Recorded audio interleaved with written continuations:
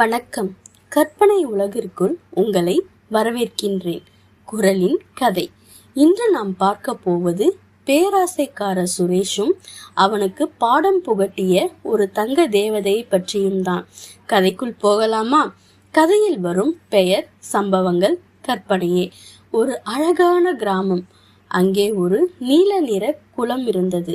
அந்த குளத்திற்குள் சிறப்பு என்னவென்றால், ஒவ்வொரு பௌர்ணமி அன்று வானத்தில் இருந்து ஒரு தங்க ரக்கை தேவதை அங்கே நீராட வருவாள். அவளுடைய ரக்கைகள் சுத்தமான தங்கத்தால் ஆனவை. அதே கிராமத்தில் சுரேஷ் என்ற ஒருவன் இருந்தான். அவன் உழைக்க விரும்ப மாட்டான். ஆனால் சீக்கிரம் பணக்காரனாக வேண்டும் என்ற பேராசை கொண்டவன். அந்த தங்க ரக்கைகளை திருடிவிட்டால் நான் இந்த ஊரிலேயே பெரிய பணக்காரனாக ஆகிவிடலாம் என்று திட்டம் போட்டான். அடுத்த பௌர்ணமி வந்தது. நிலா பிரகாசமாக தெரிந்தது.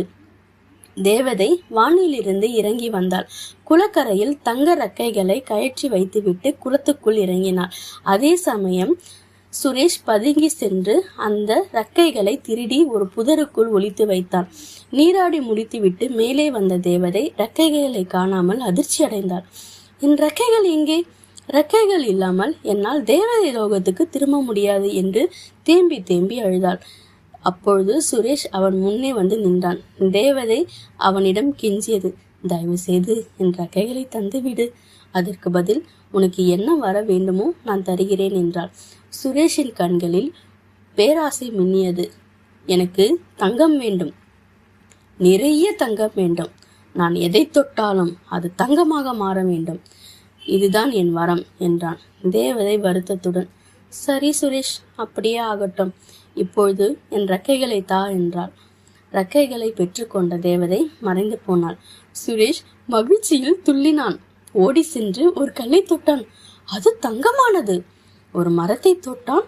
அதுவும் தங்கமானது. நான் பணக்காரனாகிவிட்டேன் என்று கத்தினான். நேரம் ஆக ஆக சுரேஷுக்கு பசி எடுத்தது. ஒரு மாம்பழத்தை எடுத்து கடித்தான். என்ன ஆச்சரியம்! அந்த பழம் அவனது உடது பட்டவுடன் தங்கமாக மாறியது. தாகத்தில் தண்ணீரை தொட்டபோது தண்ணீரும் தங்க கட்டிகளாக மாறியது. பசியிலும் தாகத்திலும் சுரேஷ் தவித்தான். தங்கத்தை வைத்துக்கொண்டு என்னால் பசியை தீர்க்க முடியவில்லை என்று அழுது புலம்பினான். அப்பொழுது தேவதை மீண்டும் தோன்றி, சுரேஷ், பேராசை பெரும் நஷ்டம். உழைக்காமல் கிடைக்கும் செல்வம் உனக்கு நிம்மதியை தராது என்று கூறி அந்த வரத்தை நீக்கினாள். சுரேஷ் தன் தவறை உணர்ந்தான். கதையின் நீதி: உழைப்பில் கிடைக்கும் செல்வமே நிலையானது. பேராசை அழிவை தரும். உழைப்பால் வரும் செல்வம் என்றும் நிலைக்கும். இந்த தேவதை கதை உங்களுக்கு பிடித்திருந்தால் மறக்காம லைக் பண்ணுங்க. உங்க கருத்துக்களை கமெண்ட்ல சொல்லுங்க. மேலும் சுவாரஸ்யமான கதைகளுக்கு சப்ஸ்கிரைப் பண்ணுங்க. நன்றி, வணக்கம்.